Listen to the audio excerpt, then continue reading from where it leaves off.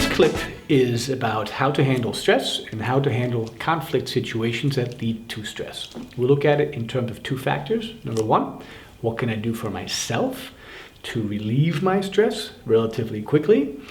And number two, how can I help if I'm in conflict with another person? What can I do to bring the mutual stress level down so we have a meaningful exchange?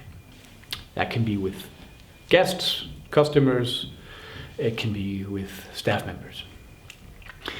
And what helps us the most to understand how I can handle those type of situations is if I know a little bit about how the brain works. Now I'm going to do this simple and I'm going to do it fast. The brain is actually made up of three parts. The first part is what we call the reptilian brain. The reptilian brain is the oldest part of our brain, and its main function is to keep us alive. Survival is its number one option, and it does everything necessary to ensure our survival. Heart rate, blood pressure, etc., but also breathing, our sense of territory, if someone is too close to us. Yeah? All those things, fight and flight response, that is the reptilian brain. The second part of our brain, or the second brain we have, so to speak, is what we call the mammalian brain. The mammalian brain we have in common with other mammals. And for our purpose, to make it simple, the mammalian brain, among other things, for our purposes, is in charge of emotions and long-term memory.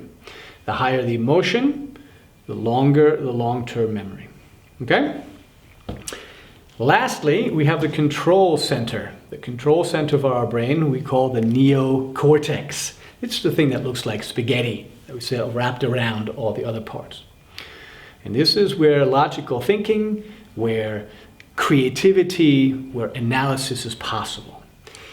Now, that is possible only if my reptilian brain is at ease, because this brain is primary over this brain. What does that mean? If I am under stress, then my main focus is to survive. So my reptilian brain takes over. I cannot think logically. I cannot analyze a situation. I can't even be creative because I am so focused on surviving. Maybe you know this experience. If you're really upset and then somebody comes to you and gives you logical arguments why you shouldn't be upset, well, you should do this, or if you look at it this way, then it would be different. What happens? Do you then say, oh yeah, that's right, thank you very much, or do you get even more angry? Normally, we get even more angry and our reptile gets even more vicious. So that is how our brain is made up. Now let's look at how I can use the makeup of our brain to actually calm myself down and to calm someone else down in a stress-laden conflict situation. Number one, how do I calm myself down so that I am in my center, so that then I have access to my creativity, then I have access to all these other possibilities, to my analytical, my logical skills. Well, the first thing is the reptile needs to be calmed down. And the fastest and easiest way to calm down is for us to breathe deeply and slowly. That's not going to work. Deeply, slowly. That's how I get myself down the fastest. Number two, how do I deal with other people? What can I do there? And there, if the reptile is really active, what's important for that part of our brain to realize, remember, it's about existence, it's about survival. It wants to know that it is okay the way it is.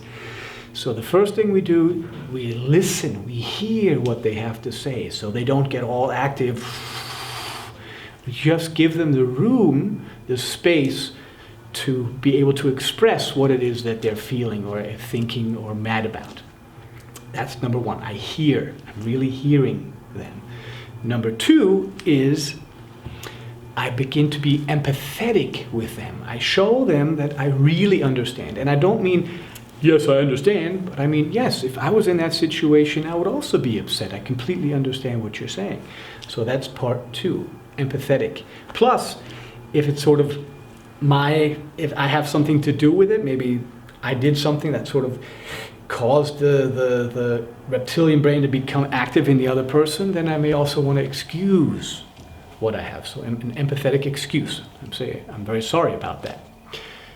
Number 3 is that I try to find a solution. Because now, with steps 1 and 2, the reptilian brain, if I've done it well, has been replaced on the other side of the person with their neocortex. So I can talk logically to each other. We can talk straight away to each other. We can be creative about things and then find a common solution that is beneficial for everybody. So I resolve the situation.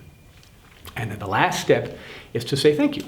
I appreciate that you came to me with your concern because it has helped me to improve what it is that I'm doing. Thank you for the feedback. And that way the person is also shown that what they did was a good way to do it, and that also placates this part of our brain. And those are the things we can do for ourselves and in connection with others.